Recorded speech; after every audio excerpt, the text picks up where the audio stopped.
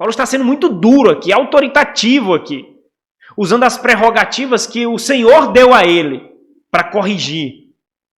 E o espanto dessa dureza devia chamar a nossa atenção. Então imagina aqui, vamos falar da modéstia agora, do vestimento feminino, né? Que é o ponto que Paulo corrige aqui. Paulo tratou essa disposição do coração do homem, que buscava exaltar o seu próprio ego, para saber quem ganhava as discussões, as racionalizações de mitos e contendas, e agora Paulo vai tratar aqui de outra corrupção, daquilo que estava trazendo divisão e perturbação à igreja, que era a falta de modéstia no vestimento. E aí os irmãos vão perceber os paralelos com a nossa realidade hoje. Ali em Éfeso estava aquilo que era considerado naquele tempo uma das 7 maravilhas do mundo antigo, que era o templo da deusa Diana, Diana dos Efésios, do grego Ártemis ali. Nós vemos isso em Atos dos Apóstolos, capítulo 19, né? Essa deusa grega, que foi romanizada também, ela era a deusa da fertilidade, era a deusa da promiscuidade. Os cultos a ela eram regados de promiscuidade mesmo e de imoralidade sexual. Aqui, irmãos, a sensualidade era um adorno ritualístico ali. Olha como isso vai atingir a forma como as mulheres deveriam se portar para se distinguir daquela cultura.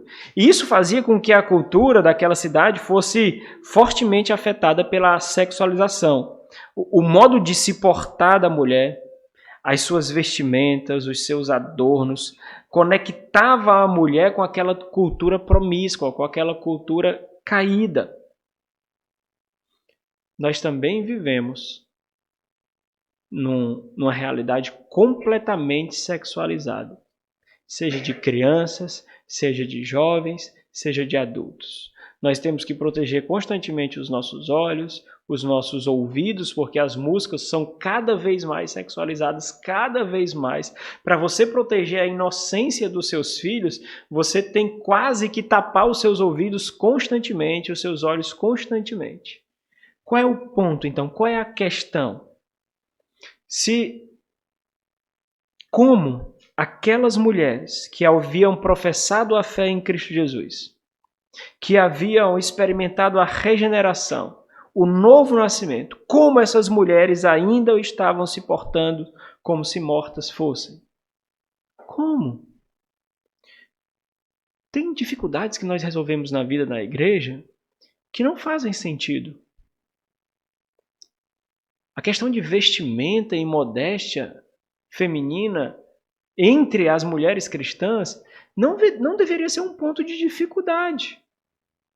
Porque se nós nascemos de novo, nós nos portamos conforme a realidade desse mundo por vir.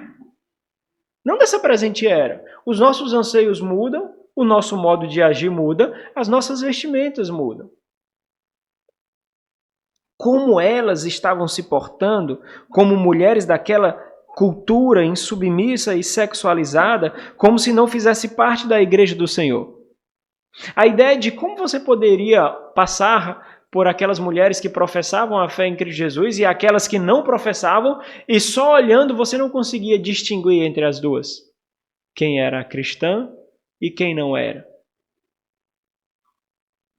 Elas também, e essa é a questão, e o que não estava acontecendo, elas também deveriam ser pastoreadas para perceberem que a disposição do coração delas, apresentada no culto no Senhor e na vida comum, estavam completamente erradas.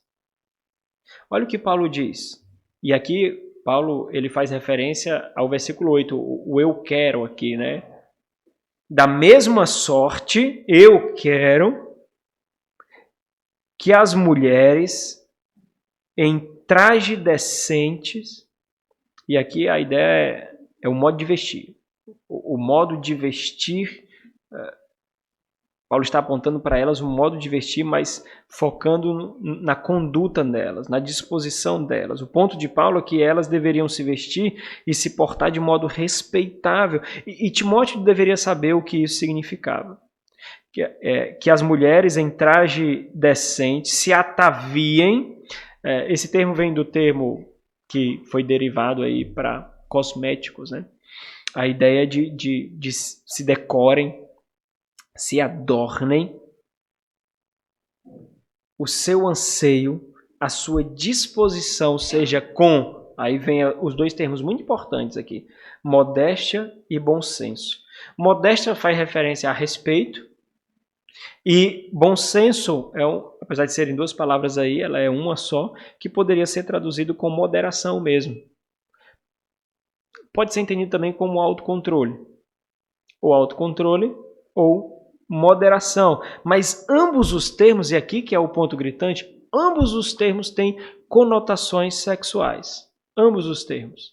A ideia seria que elas tivessem outra intenção e não a sensualidade.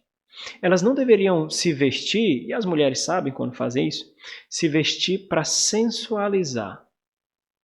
Essa não deveria ser a disposição do coração delas, em destacar a sensualidade.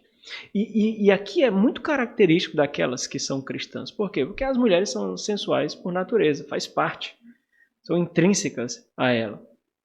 Mas a ideia da sensualidade, para aquelas que nasceram de novo, é para guardá-la sem mácula, para o leito conjugal. A sensualidade delas não é barata. Não deve ser entregue a qualquer um. Ela não é um petisco.